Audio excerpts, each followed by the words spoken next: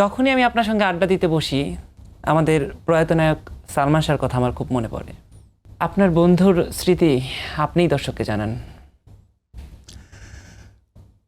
ওর কথা আমি সবসময় বলি যে ও তো প্রচণ্ড একটা বড় মনের মানুষ ছিল, এবং ও শুধু স্ক্রিনের হিরো ছিল না, ও ব্যক্তি জীবনেও আসলে হিরো বলতে যা বোঝায় একটা ভালো মানুষ, মানুষের উপকারের সময় সব মানে বিপদে সবসময় পাশে থাকা, এবং শেষের দিকটা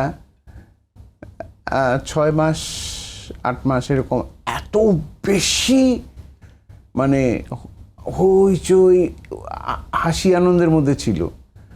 এটা পরের দিকে আমার মনে হয়েছে বা আমাদের মনে হয়েছে যারা আমরা খুব কাছে থেকে ওকে দেখছি, সেটা হচ্ছিল যে ওর ভেতরের কষ্টটাকেও চাপায় রাখার জন্য ওটা করতো, মানে ওইভাবে বাইরে সবার কাছে থাকতো। কিন্তু আমার সাথে তো আমার একদম ভিতরের সম্পর্কটা ছিল ওর।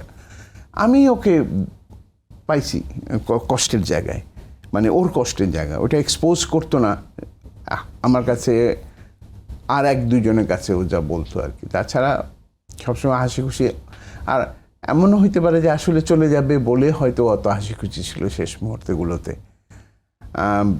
সবসময় আমি তো ওর জন্য দোয়া করি, আর ওর যারা দর্শক আছেন বা আর আপনারা যারা বাংলা সিনেমা দেখেন, সালমানকে বাসেন, দোয়া করবেন ওর জন্য।